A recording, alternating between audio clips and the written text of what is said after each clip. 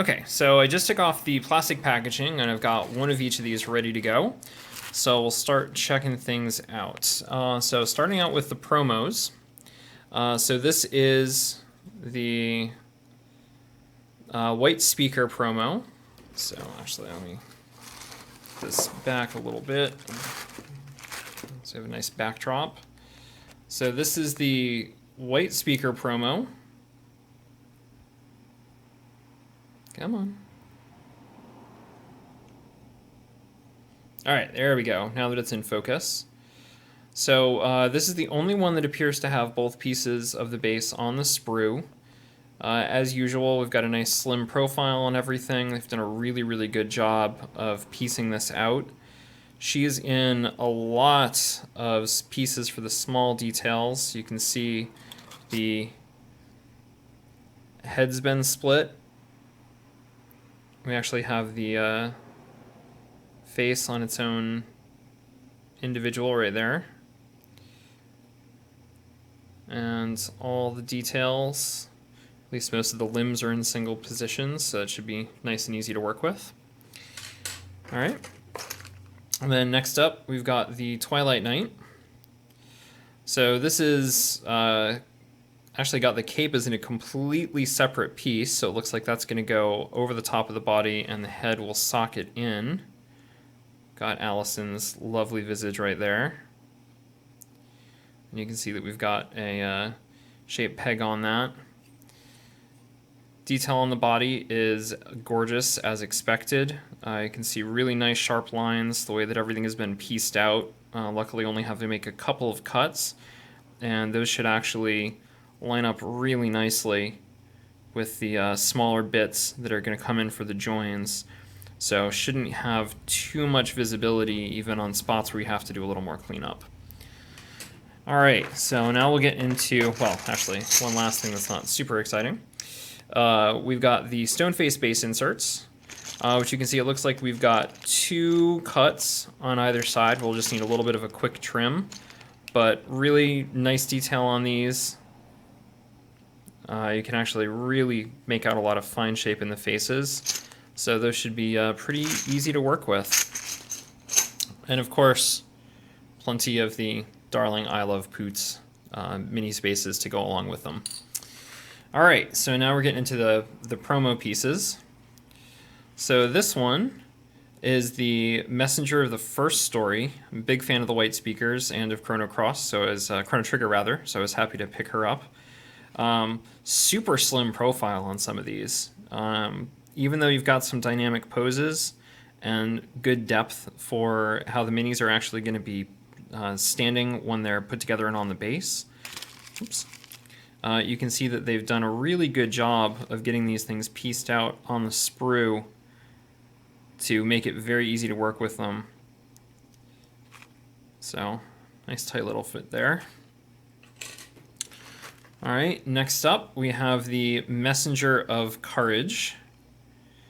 A little bit of an Allison vibe going on appropriately enough with the face there. One of the things I really love about this one, oh, there's some great detail on that base. Looks like the sculptor wasn't quite done with his work there yet. But there are a couple of really nice moments on this figure. So you can see that we've got the Proto-Twilight sword, as she's an early member of the Order. So we've got the classic hilt and crossguard design. You can see the face, but it also has just a little bit of a callback to some Legend of Zelda details for the shape of the triangle and the hilt there. And I really love this on the shield. So you've got the lantern outline with the heart in the center of it, which I think is just a really nice little touch. Main body of the model herself, this is actually something I was kind of surprised to see. I figured there was going to be a little more separation for the top, but they kept the gather for the top of the cloak actually part of the torso, and it looks like you'll be able to slot the chest in just there. So again, really helps cover up any issues that you might have with the joins. So another really nice little cut. All right, next. So this one is Kara Black. This one I was really surprised about how cleanly they were able to fit her in, because with the dynamic pose on the figure, she's actually going to be angled back when she's standing up. So you're going to have a lot of motion and activity in the actual sculpt, but they've kept it pieced together really nicely for the main body. I'm a little concerned about matching up all the little bits and pieces for her starting shroud. As you can see, that's a lot of small detail. And this is another one where we actually have the head in two separate pieces. So that's something that you might need to pay a little extra fine attention to get the join in with the hair so it doesn't show up strangely. Also, slightly different take on the faces for the base, which I think really fits with the large stone head that she's got, which you can kind of see in partial profile here. But these are a little rougher, and I think they really fit kind of nicely with the overall feel of the mini. And we've also got what looks like it might be an anchoring spot for on the back corner, where you've got an extra small stone head there that'll add a little extra dimensionality to that.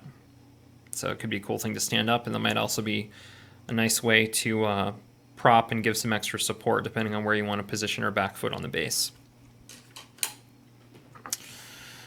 Alrighty. This is another one of the special cross promotions. Cara Black was with another outside studio, Studio McVeigh, if I remember correctly. If I'm terribly wrong, then crucify me in the comments. This one is Candy and Cola, which was the cross promotion with Soda Pop miniatures.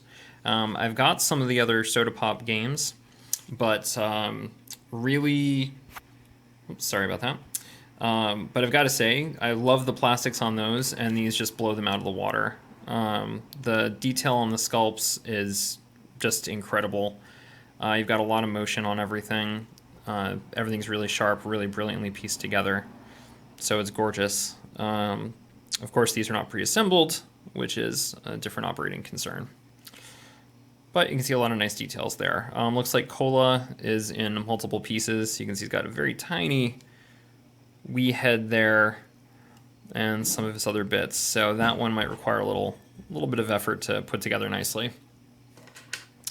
All right, next we've got the Messenger of the Spiral Path, the Proto-Forsaker. So this one, we've actually got some interesting cuts for the cape. You can see the cape is actually in three pieces. We have the main back piece, and then each of the shoulders is separate. One thing I thought was pretty cool is they actually molded in one of the forearms inside the cape, which is going to give you a much better anchor where you tie that to the coming off the upper arm and really make sure that you can socket that in nicely, but it also gives you a chance to really take care of detail painting before you have to worry about getting the mini fully assembled.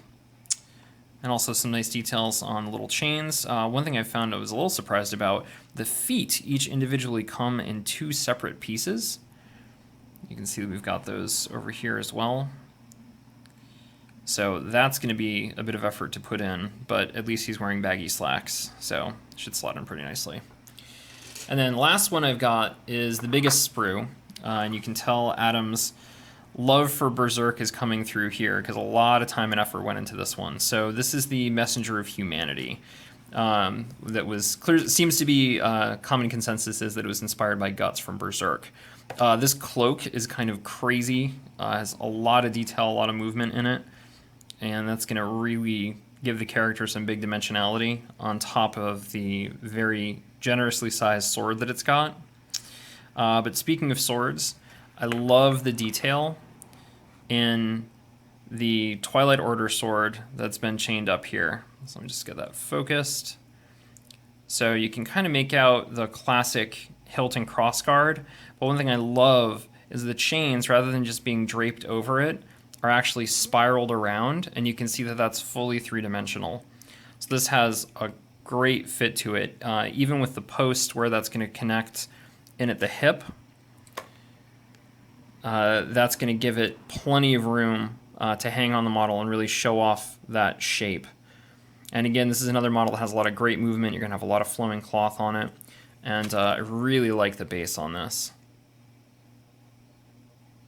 So that's another one that's got a custom base insert. So, yeah. Well, that's it. The box is empty. I'm desperately awaiting the news about Wave 2, and I hope this is enough to whet everybody's appetite a bit. And I'll see you on the Kickstarter comments and hopefully on the forum soon. And until then, try not to die alone in the dark. Bye, guys.